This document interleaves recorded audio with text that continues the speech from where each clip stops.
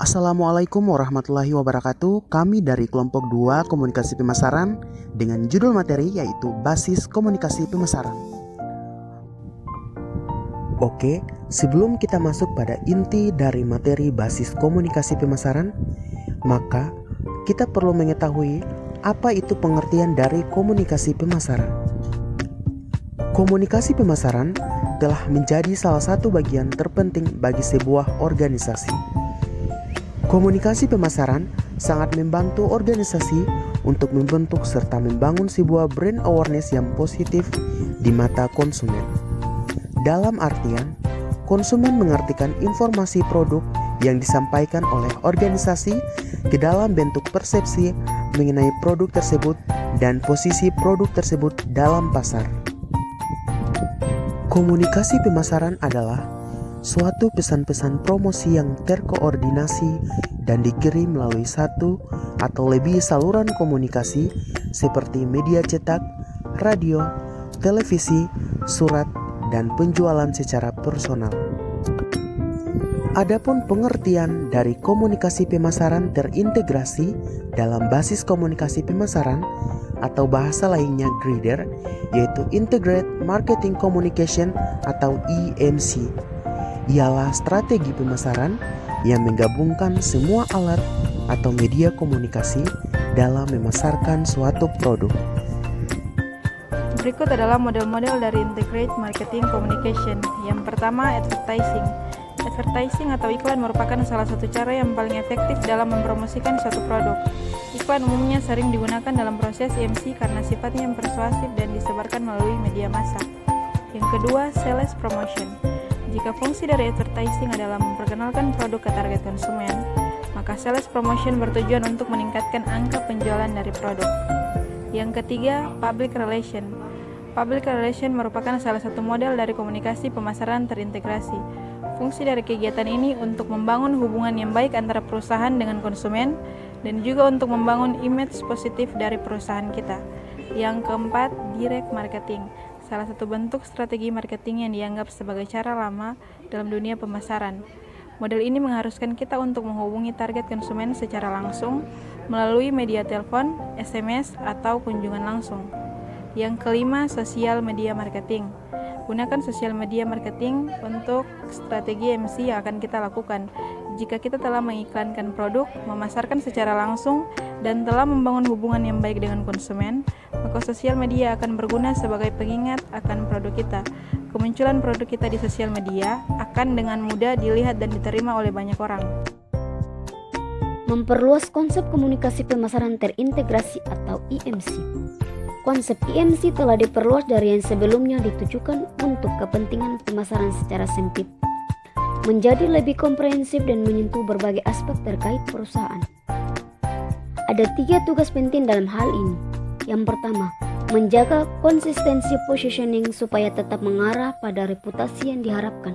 Yang kedua, memelihara interaksi komunikasi sehingga terjalin hubungan kokoh dengan para pemegang kepentingan. Yang ketiga, menerapkan pemasaran berbasis misi untuk mendongkrak nilai tambah. Pasar sasaran.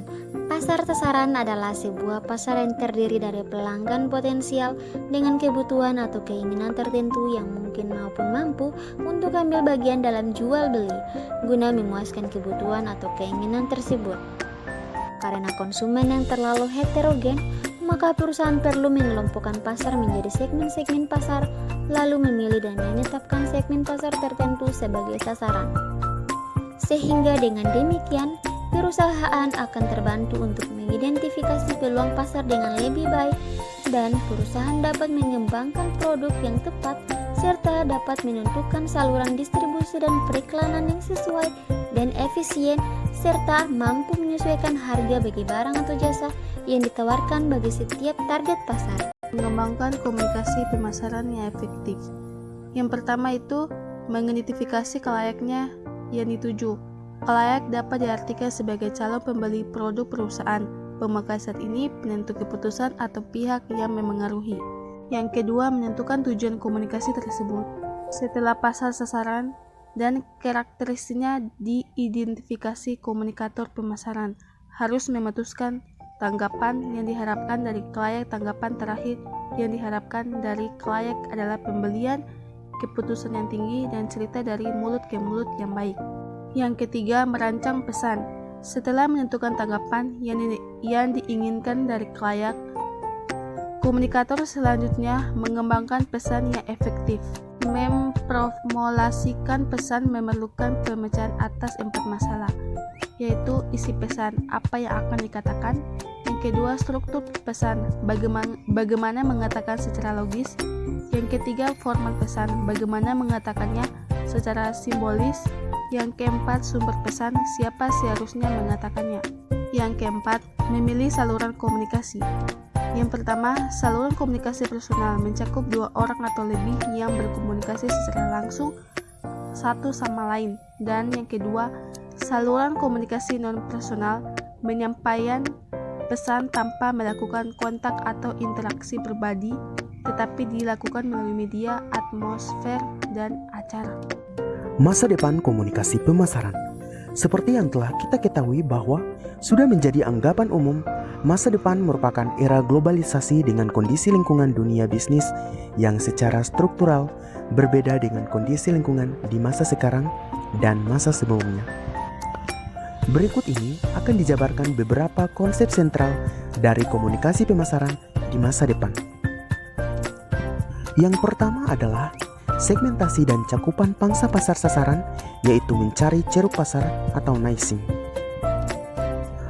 Artinya bahwa ketika kita membangun sebuah bisnis, maka langkah awal yang tentu kita ketahui adalah dengan menentukan konsumen secara tepat sasaran, menentukan positioning produk dan perusahaan sebagai penggerak pasar, kecepatan dalam penetrasi pasar baik lokal maupun interlokal, serta membuat analisis situasi maupun teknik dalam strategi komunikasi pemasaran untuk memperoleh konsumen sebagai sumber utama. Yang kedua adalah keseragaman global dalam strategi positioning, nama merek, pengemasan, penetapan, dan periklanan. Artinya bahwa kita sebagai pemasar harus memposisikan produk kita secara baik agar mudah diingat oleh konsumen dengan membagi beberapa segmen untuk asumsi komunikasi dengan kebutuhan, keinginan, dan permintaan, yaitu secara geografis, demografis, dan juga psikologi. Dalam menentukan nama merek, kita harus membangun merek bisnis yang kuat. Langkah awal dalam membangun merek bisnis yang kuat, yang pertama yaitu mulailah dengan mengidentifikasi bisnis Anda. Yang kedua, buat merek yang mudah diterima pasar. Yang ketiga, gunakan logo untuk memperkuat merek. Yang keempat, buat kemasan yang mampu mendukung merek bisnis Anda. Yang kelima, mempromosikan merek.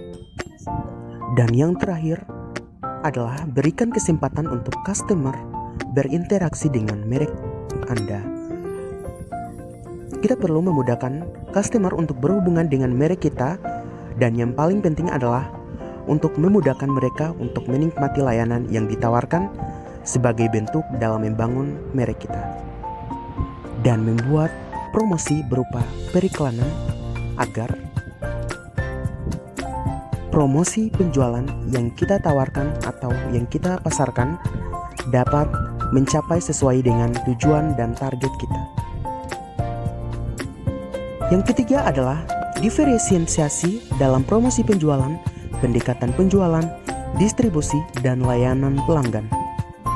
Artinya bahwa diferensiasi merupakan salah satu jenis keunggulan bersaing yang dimiliki oleh perusahaan untuk memenangkan pasar sasarannya. Keterkaitannya dengan promosi penjualan yaitu sebagai salah satu faktor yang dapat mempengaruhi keputusan pembelian, karena promosi penjualan merupakan alat komunikasi antara produsen dan konsumen. Menurut Bu Hari Alma 2007, Promosi penjualan merupakan sejenis komunikasi yang memberi penjelasan yang meyakinkan calon konsumen tentang barang dan jasa. Tujuan promosi penjualan ini sendiri ialah memperoleh perhatian, mendidik, mengingatkan, dan meyakinkan calon konsumen. Dan dengan meningkatkan layanan pelanggan dengan memperkuat customer service secara skill, yaitu konsistensi,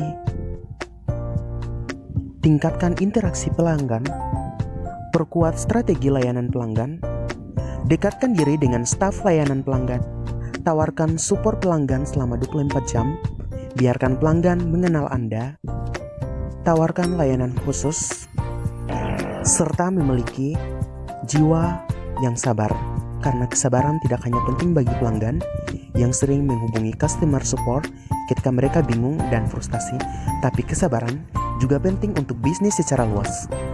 Karena layanan yang baik mengalahkan layanan yang cepat, tapi kesabaran tidak bisa dijadikan alasan untuk memberikan layanan yang lambat. Pastikan untuk tetap sabar ketika mereka datang dalam kondisi emosi, dan juga pastikan untuk mencari tahu apa yang sebenarnya pelanggan inginkan. Baik, contoh kasus yang kami ambil dari produk Nike. Sejarah dari produk Nike berbasis dari nama Dewi Yunani yang berarti kemenangan. Nike didirikan tahun 1964 ketika atlet sekaligus pengusaha organ bernama Philip Kings menggagas impor sepatu lari dari Jepang untuk bersaing dan merek Jerman seperti Adidas dan Puma yang kemudian mendominasi pasar Amerika Serikat. Produk sepatu dan pakaian olahraga Nike dengan mudah diidentifikasi oleh khas logo perusahaan dan slogan Just Do It. Nike telah beroperasi di Indonesia sejak tahun 1988 dan hampir sepertiga dari sepatu yang ada sekarang merupakan produk dari sana. Dalam sebuah wawancara pers di November 1994, koordinator perusahaan Nike di Indonesia, Ajang Fathoni, mengatakan perusahaan yang digunakan di Indonesia berjumlah 11 kontraktor. Di antaranya merupakan bekas-bekas basis perusahaan asosiasi Nike di Korea Selatan dan Taiwan, dan juga pada saat yang sama menghasilkan untuk merek lain seperti Reebok, Adidas, dan Puma. Dikaitkan dengan model-model dari komunikasi pemasaran terintegrasi di mana ada advertising, sales promotion, public relation, direct marketing, dan social media marketing. Yang pertama, advertising, di mana produk Nike ini memasarkan melalui iklan-iklan dan media televisi yang pertama kali diluncurkan oleh perusahaan Nike.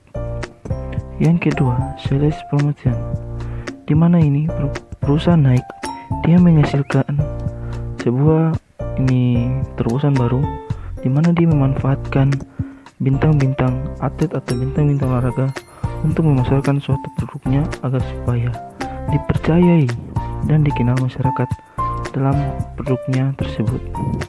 Public relation, di mana perusahaan Nike ini dia mensponsori timnas Indonesia ke ajang-ajang internasional agar supaya mendapatkan kepercayaan yang sangat maksimal dan masyarakat juga mendapatkan informasi tentang produk-produknya. Direct marketing, di sini direct marketing dari perusahaan Nike dia memasarkan produk secara online marketing, di mana dia memasarkan melalui promosi langsung secara media-media sosial di internet agar supaya bisa terjangkau di seluruh dunia. Social media marketing, dia memperkuat perdagangan di bagian media agar supaya bisa mendapatkan kepercayaan dari konsumen. Itulah dari contoh kasus yang kami ambil. Semoga bermanfaat. Terima kasih. Itulah hasil penjelasan dari kelompok kami. Sekian, bila ada kekurangan kami mohon maaf. Wabillahi taufiq wal hidayah. Wassalamualaikum warahmatullahi wabarakatuh.